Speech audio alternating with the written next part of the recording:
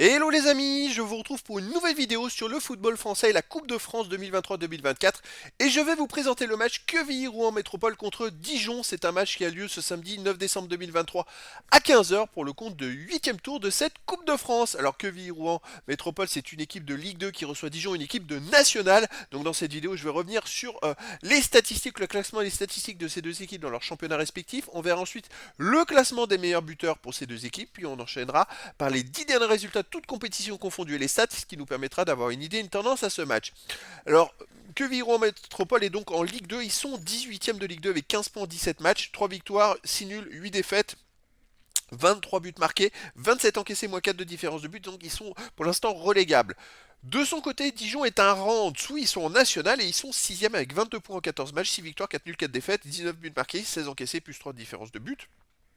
En fait, au final, entre les deux équipes, il n'y a que 8 places au classement, 9 places, enfin 8 places ou 9 places, c'est comme vous voulez, mais c'est-à-dire que Villiers-Rouen est juste au-dessus, mais dans les derniers, alors que Dijon est juste en dessous dans les premiers, tout simplement. Pour les buteurs, pour Quevilly-Rouen en métropole, on a Soumano qui est deuxième meilleur marqueur de Ligue 2 avec 8 buts en 17 matchs. Après, on a Delorier-Chaube 4 buts, Koulibaly 3 buts et des joueurs à 2 buts et 1 but.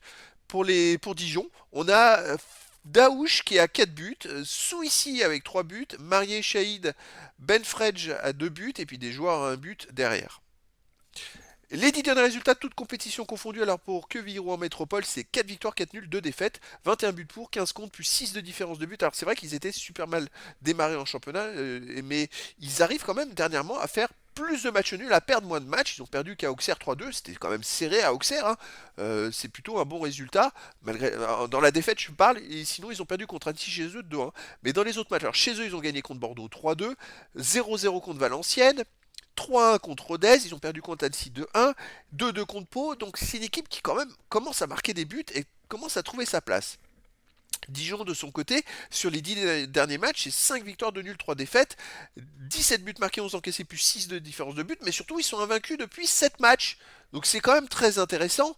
Et à l'extérieur, ils restent sur un 6-0 à Doullens en Coupe de France, une victoire 2-1 à Orléans, un 0-0 à Nîmes. Donc à l'extérieur, il reste quand même sur des résultats intéressants. Il reste sur en plus 4 victoires de suite, toutes compétitions confondues.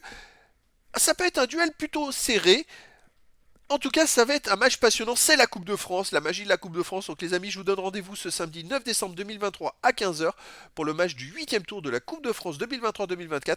Quevilly-Rouen Métropole, une Ligue 2, reçoit Dijon, une nationale. Voilà les amis, je vous dis à très bientôt pour une nouvelle vidéo.